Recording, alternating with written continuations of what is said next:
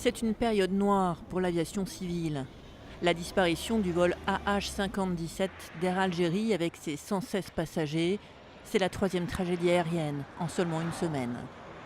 Une sombre loi des séries. Hier, c'est un avion de la compagnie taïwanaise Transasia qui rate un atterrissage d'urgence et s'écrase sur une île de l'archipel touristique de Penghu, au large de Taïwan.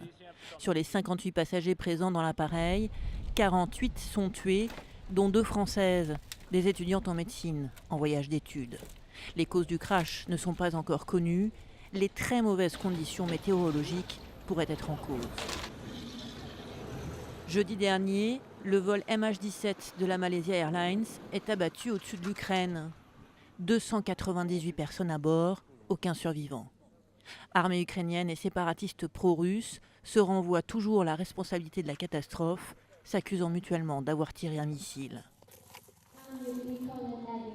Un coup dur en tout cas pour la compagnie malaisienne, moins de 5 mois après la disparition du vol MH370 et de ses 239 passagers. Il pourrait s'être abîmé dans le sud de l'océan Indien, mais toujours aucune trace de l'appareil, ni de ce qui a pu se passer. Les opérations sous-marines démarreront en août et pourront durer jusqu'à 1 an. Mais ce vol est devenu l'un des plus grands mystères de l'aviation moderne.